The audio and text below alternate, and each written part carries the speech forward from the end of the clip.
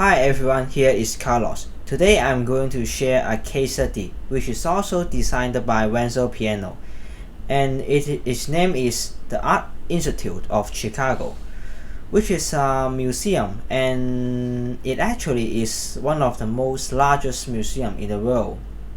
And Renzo Piano is doing some addition or enlargement of the original building. And it's located in Chicago.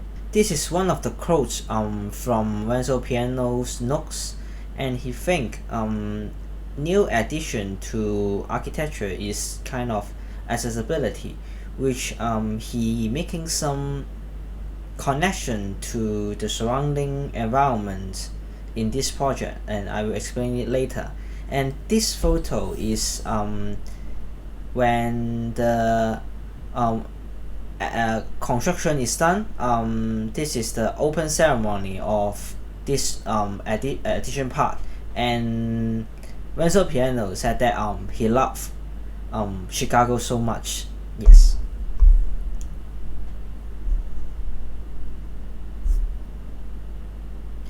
And here is the table of contents, and today we have 3 points to share. The first one is the project location, where our site in, where the surrounding environment, and the second point is how it calling to the site, which is the code that Renzo Piano on his notes, how the new addition to the accessibility is created. The third part is homage and addition. When Renzo Piano is making addition to the original old building, which is Biosca Art old school building, and how he doing some homage or some relation to the original style, which is by material. And the fourth part is flying carpet, which is one of the design features of Renzo Piano, and he used that flying carpet and ceiling glass to control the light. First, the project is located in Grand Park, a green space on the bank of the lake, which is the center of the city, the center of the Chicago actually, and which is near to the bay, which is the park is a place that for leisure and for some culture, because there are not only art museum, there are also another arts college around, so that place is actually quite full of feelings of culture and easily access because it is the center of Chicago city. And you can see here is the site plan. For the left part here is the whole architecture. For the upper part, this is the original building, which is designed in 1893. And the lower part is the addition, which is designed by Renzo Piano. He not only making some enlargement of the original museum, he also making some connection to the site, especially to the park, which is near to today's site, which here is the Millennial Park. You can see there is another famous signature, which is also designed by Prescott Laurier, which is Frank Gehry, and this is the pavilion he designed for this Millennial Park. So next, go to the how Renzo Piano calling to the site. He called to the site by mainly a bridge and ceiling glass, and this is the site section, which is showing some of the how he do the connections. The first part is the bridge. For the physical part, he connect the two area which we have a railway in the middle, and he connect that to the park and the museum by this bridge. You can see the destination is here and the museum part is the right side. So let's go to some photo showing how he connected physically. You can see that there is a bridge there on the third floor of the building. So people when they are at the Millennial Park, they can actually easily get into this museum by that bridge. For example, in this picture you can see that there is actually a carway that many car will goes in, and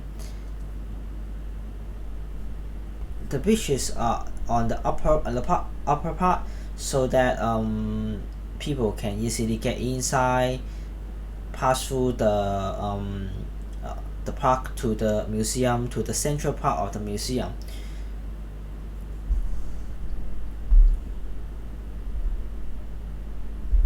And you can see that the third floor is actually the main circulation, or because when people going up here, and you can see that the circulation is converted in this way.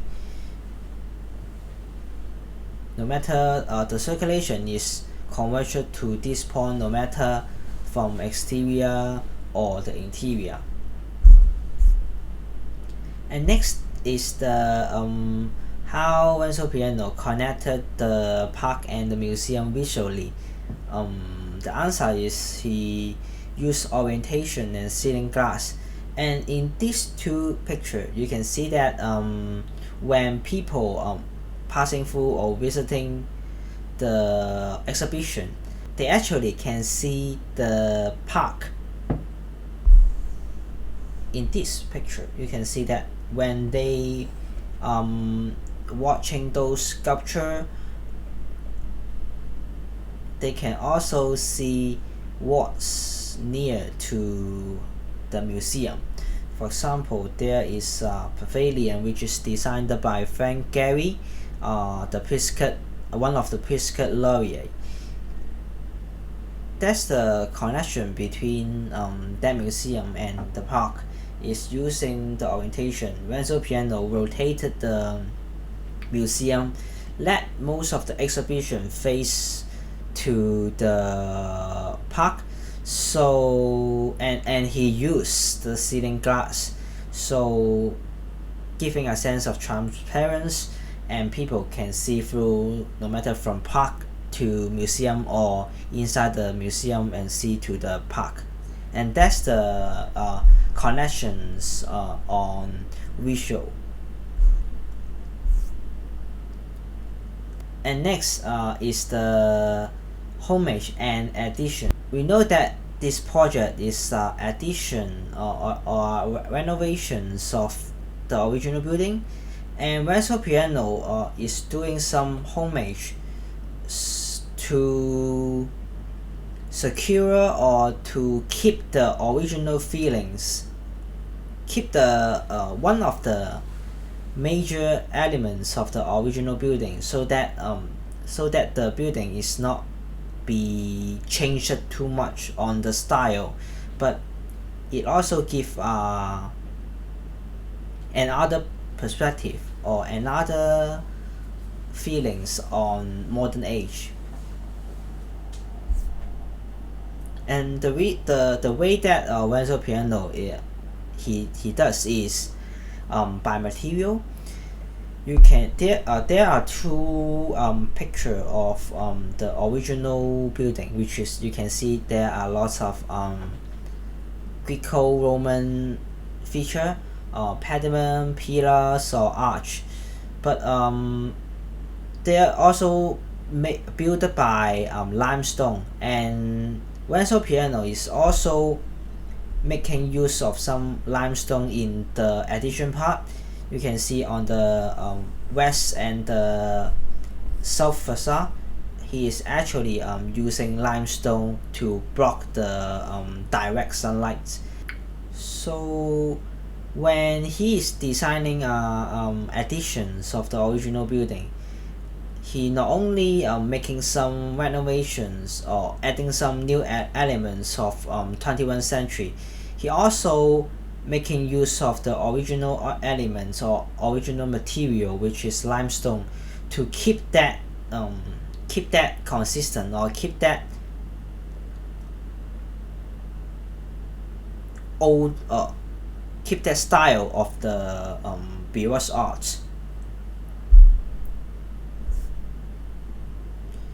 And to the last part, which is flying carpet again. Yes, Renzo piano is using that flying carpet and ceiling glass again. And I think that is one of his favorite feature or favorite form in his design. And the reason why he always uses that, I think, is the this kind of roof is actually it is actually good to the interior design of museum, because when they are designing those museum interior, the lighting system is actually one of the major concern, because the light design is actually will affect on the artwork preservation, and also which control the feelings of the visitor, of people who are entering the architecture. Try to imagine that when you enter the space and that is full of artificial lights, you will actually feel kind of fatigue or emotional fatigue when the light is stable or static. I'm not saying that this kind of feeling is not good, but in the category of museum and gallery design, this kind of emotional fatigue will actually make the space not more organic. And natural light is actually a method or an element that can revitalize or can make the space with time, with the changing with time, because the lighting will not, the natural lights will not always be the same.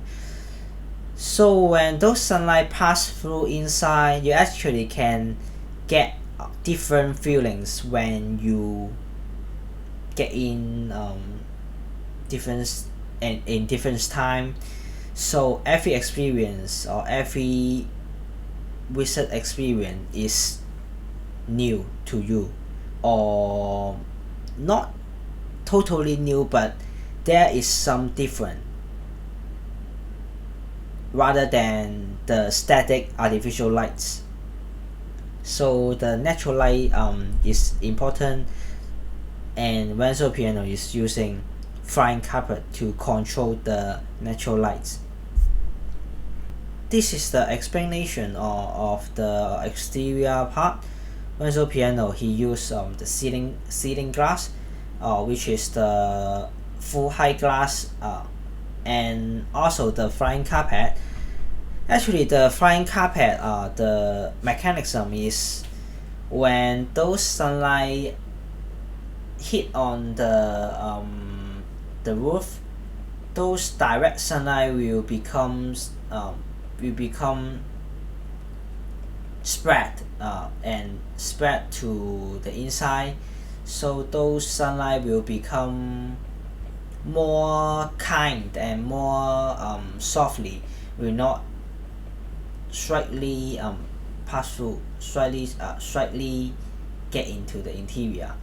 And finally, to the interior explanation of his lighting system, you actually can see a Renzo piano when he's designing this edition of the museum. He actually have lots of design progress on the lighting control. For example, on the natural light, on the how the sun is moving, how should he put the museum, how should he rotate, or the orientation of the museum is put it. And also you can see there are lots of method, or there's lots of construction method that can also control lighting. Not only the flying carpet, is actually maybe some artificial lights, so we can get that the lighting system is one of the most important part in Renzo piano's design progress. And finally, the result is the lighting for the interior is giving the space with time, so people get inside will not feel always the same feeling, but they can feel the change of the lighting. And some of the atrium is actually making full of lighting, and this kind of feeling is creating this also the atrium, creating some feelings of inviting to, and this kind of space is actually suitable for people to gathering. So this kind of atrium, these two atrium, is a place for people to gather and watch those sculptures together. In last, there are two concept sketch of Renzo piano, and you can see the major concern of the first concept sketch is the lighting and the material, the sun on the top, and the flying carpet, and the ceiling glass facade. And the second one is how the sites connected to the museum, the bridge on the top, and some of the nature elements around, or how the circulation of the road is. And finally, there is a quote that by Renzo piano when he is thinking about this design, which is it is about openness. It's about a building that should not be intimidating, by Renzo piano. And that's the end.